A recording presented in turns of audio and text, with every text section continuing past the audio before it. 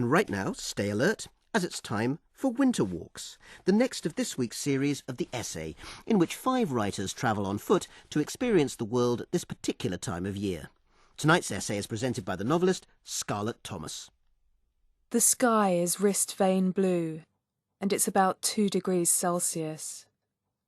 I'm walking with my partner from the village of Ash to the village of Goodnestone. It'll be 9 miles as a round trip, with a good pub to stop in before turning back. It's Sunday, and Ash is a shiver with dog walkers and churchgoers and people nipping to the co-op for a bag of sprouts for their roast. There is no one on Pudding Lane, though, just the rupped, grey remains of a large thistle that would have been magnificent in the summer, all purple and straddled with bees. The fields behind Pudding Lane are where I used to walk my dog, Dreamer, when we lived in Ash. The last time I came here was the anniversary of her death, and I sobbed in this damp green field in which she was always so happy beginning her walk. And I have been happy here too. Walking into this field is like walking into a summer holiday from boarding school in one of those children's novels I used to get from the library when I was about 8.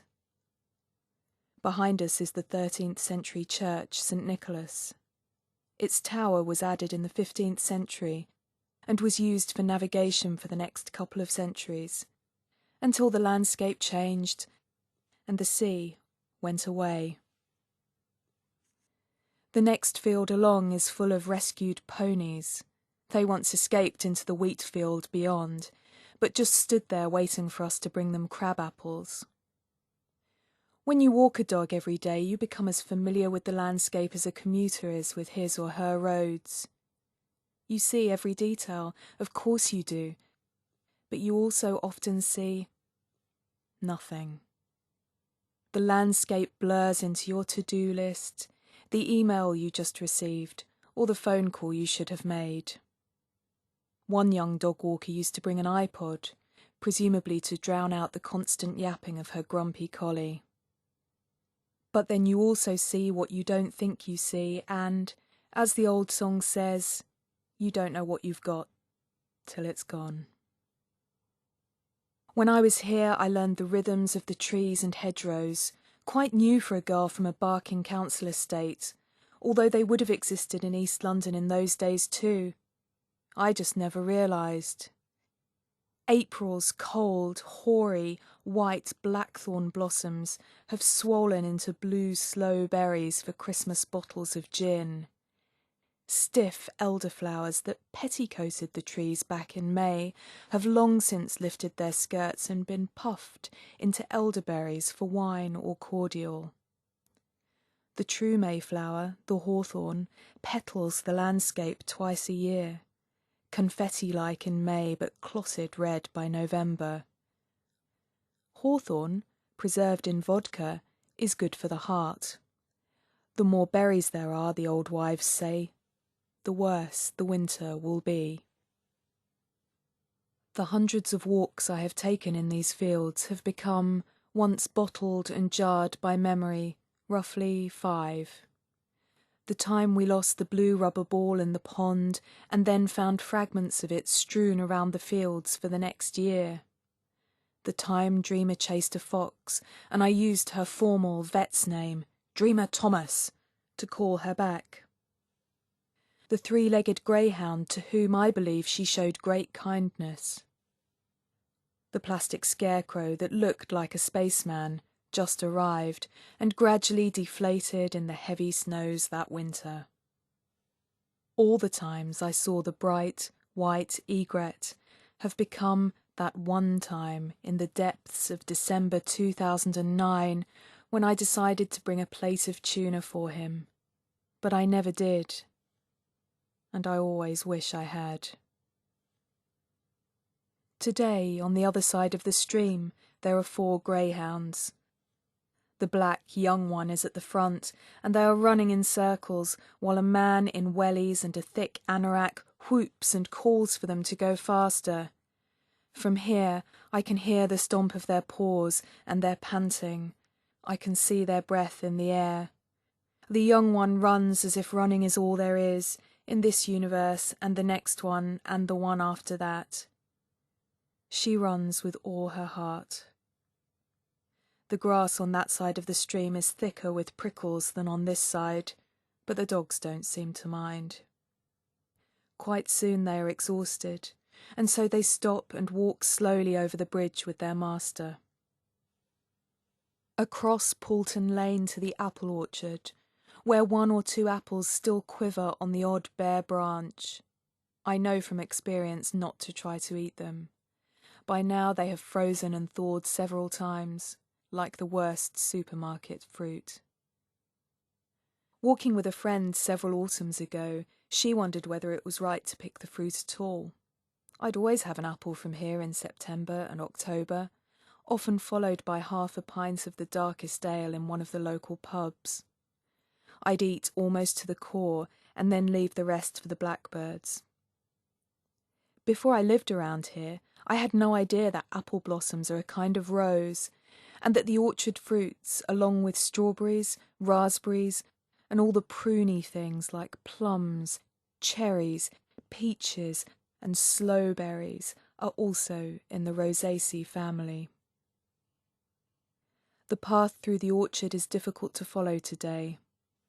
The thick, dark mud has been churned up by the tractors over the summer, and it is now half frozen and ice-crystalled, like a chocolate ice cream you'd end up with if you only churned it once, but too fast, and then put it in the freezer and forgot about it. Over the Staple Road and into the pear orchard. Beyond it, up to the right, is the big hop field. At this time of year, it's just a lot of large stakes in the ground with an empty, vacant roof. It's very bleak. Somehow this is more true of a temporary vacancy than a permanent gap or absence, but also quite beautiful and slightly intimidating, as if an alien race of giant sticks has turned up. Beware the stick people from outer space. Perhaps they are waiting to march down the hill and take Wingham. Around the corner, the huge compost heap steams. Here must lie the remains of some of the beautiful cabbagey hops from the summer, the ones that didn't go to make beer, to hang gaily in local pubs, to be stirred into bedtime drinks, or to make the stuffing for insomniacs' pillows. Hops are also related to roses, part of the order Rosales, and then the family Cannabaceae, which also, of course, contains cannabis. Both hops and cannabis are antimicrobial. In olden times, beer was much safer to drink than water because of this.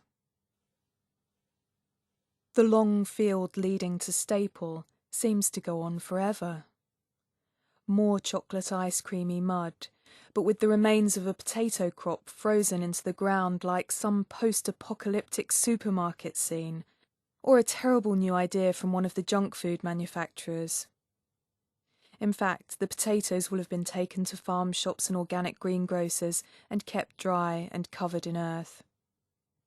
These fields don't really do junk food. They do cob nuts and black kale. They do 8 different types of winter squash. They do carrots. Even in the winter, this is a landscape that promises more life than death. The rose hips, apparently, are sweeter after the first frost, and so that is when you should pick them. This is a landscape covered, in different ways, with roses. In Staple, the one-handed church is showing midday. The church is dedicated to St. James the Great, patron saint of travellers and pilgrims. Outside, a woman in a red jacket is waiting for her husband, but he's talking to another man. He's so deep in conversation that he doesn't notice us, and he doesn't seem to notice his wife looking pointedly at her watch.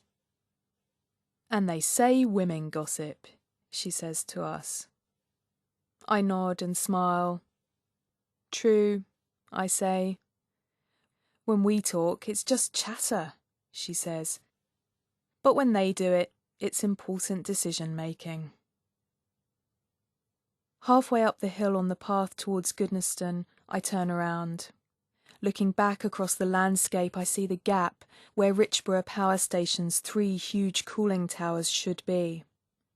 They demolished them at 9 a.m. on a Sunday in March 2012, and everyone turned out to watch, even me, hungover and sad and wishing that they could be allowed to live just a bit longer. The road to Marshborough was lined with cars, and some people even brought deck chairs. When it happened, it was over in a few seconds. The towers fell to their knees in silence, as if begging for another chance. But it was too late. 3 thunderous blasts followed several seconds later, and the ground shook, and everyone wondered what it would have been like to be closer when it happened. Or actually inside. The landmarks that remain seem bigger now. St. Nicholas's Church in Ash forms a triumvirate with the churches in Wingham and Staple, and their spires point to the sky and say nothing. And I always wonder what they are not saying, but I have a hunch it is what can't be said. And at least the demolishers left the decommissioned Richborough wind turbine. I've always liked it for its silence, and for the way it alone is still, when out to sea now there are 100 turbines tossing and tumbling and tearing up the sky like a troop of young majorettes. Then there's a pink and fat old aunt of a tower block somewhere in Ramsgate that you can see from everywhere. Is it a ghost of something? No one seems to know what or where it is. It can't be Arlington Tower, far away on the other coast in Margate, although you can almost see that far from here. You can certainly see the faint, tinsely sparkle of planes on the runway at Manston Airport. A few steps later, I startle 2 pheasants out of a field of dead sunflowers. They run and call and eventually take off, like heavy 747s weighed down with families who have ignored the hand luggage regulations and have their whole lives in the hold. The pheasants are slow and bright and easy to catch. The poor things may as well be saying, "Shoot me! Shoot me!"